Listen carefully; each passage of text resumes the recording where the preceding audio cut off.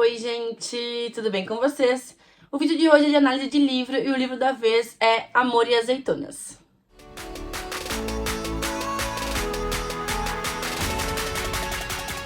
O livro foi escrito pela Jane Evans Helt e ele é parte da coleção de livros de Amor Gelato, Amor e Sorte. Porém, não é uma trilogia e os livros não são sequenciais, então você pode ler Amor e Azeitona sem ter lido Amor Gelato e sem ter lido Amor e Sorte. Como sempre, vou começar falando um pouquinho do livro sem spoilers, sem entregar nada da história, e depois eu entro mais a fundo no que acontece, nos detalhes, e dou minha opinião um pouquinho mais detalhada também. Se você gosta desse tipo de conteúdo, gosta de análise de livro e ainda não é inscrito no canal, não deixe de se inscrever. E se você gostar desse vídeo, não deixe de dar o like aqui. Caso desperte o interesse em comprar o livro ou comprar outras coisas na Amazon, todos os meus vídeos, na descrição do vídeo, tem o meu link de associado da Amazon. Se vocês comprarem através do link, tanto o livro quanto qualquer coisa, vocês automaticamente me ajudam a manter o canal. Bom, gente, Amor e Azeitonas é um livro de romance, mas é um livro de conflito familiar também. E a gente acompanha a história da Liv, que vem do nome Olive, de Oliveira, azeitona, para nós em português.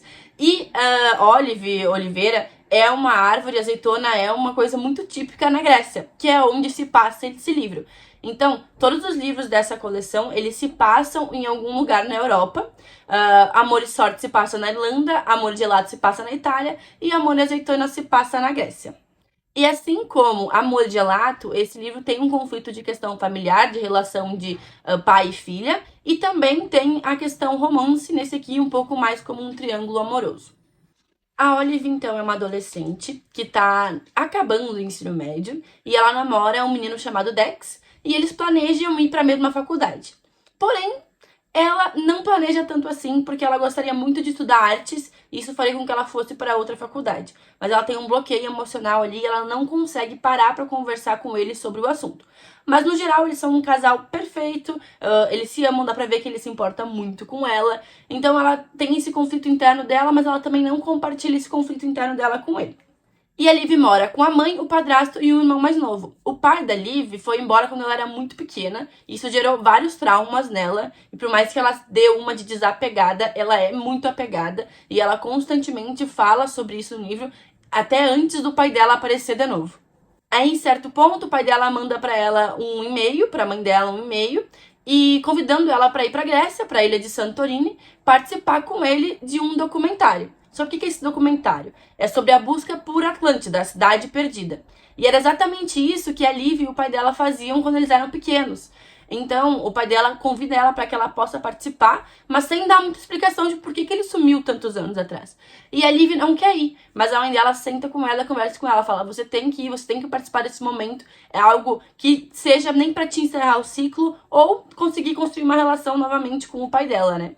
Então, a Liv embarca nisso e a gente embarca com ela para a ilha de Santorini. E dos 3 livros, esse é o que tem o cenário mais legal. Eu pesquisei muitas coisas de Santorini depois, porque Grécia é um dos meus destinos dos sonhos. Então, eu amei tudo em relação a isso. É um ótimo livro para ler no verão, inclusive, porque dá aquela vibe de verão, de praia. Só que a Liv tem medo de água. Então, também é um desafio para ela estar numa ilha na Grécia, rodeada por água, águas maravilhosas, paisagens maravilhosas, mas que ela não gosta de nadar. E, inclusive, assim como Amor e Sorte e Amor e Gelato, se passa na época de férias dela. Inclusive, eu vou deixar aqui nos cards a análise de Amor e Gelato e Amor e Sorte, pra quem quiser dar uma olhadinha nos outros 2 livros também. Só que aqui são umas férias mais rápidas, ela tem pouco tempo pra passar com o pai dela lá, e eles têm pouquíssimo tempo pra fazer o documentário. Então a gente vai ver o desenrolar disso. Lá, quando ela chega, ela conhece um menino chamado Theo, que é quem tá ajudando o pai dela com a direção, a filmagem, tudo do documentário.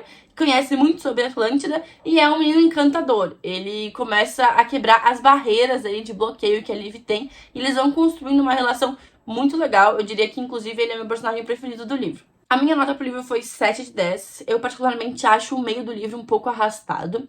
A autora, inclusive, na parte final do livro, quando ela vai fazer os agradecimentos, falar sobre o livro, ela fala que ela achou que ela não ia conseguir terminar esse livro. Parece que ela teve algum problema pessoal nesse meio tempo, mas ela perseverou e conseguiu terminar o livro.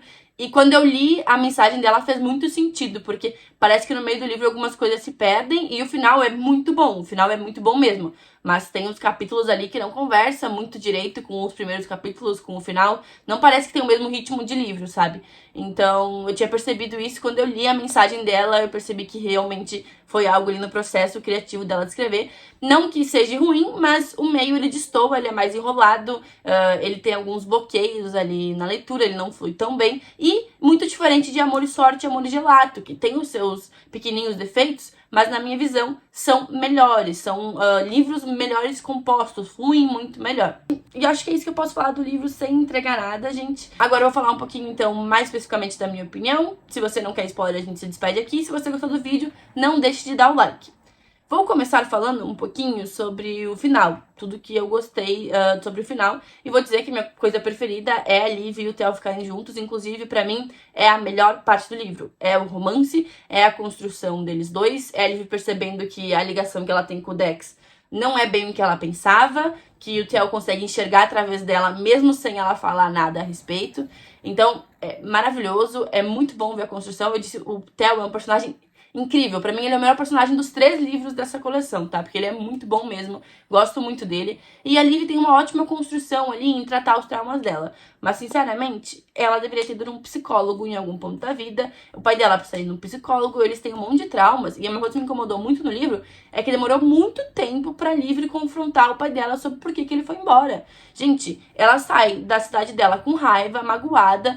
Eles vão lá jantar no barco, começam a conversar. Quando a conversa fica mais complicada, ela não confronta ele. Ela não vai lá e pergunta. Tipo, isso me incomodou demais. Eu acho que saiu muito do tom do que o livro deveria ser. Ela deveria ter perguntado, nem que ele desconversasse, entendeu? Mas ela não pergunta, ela não confronta. Ela fica na cabeça dela, ai, ele me abandonou, ele não gosta de mim. E é claro que ele gosta dela. Olha o presente que ele deu pra ela com as tintas e tudo mais pra ela fazer a arte dela. Então, assim, os desenhos e tudo mais.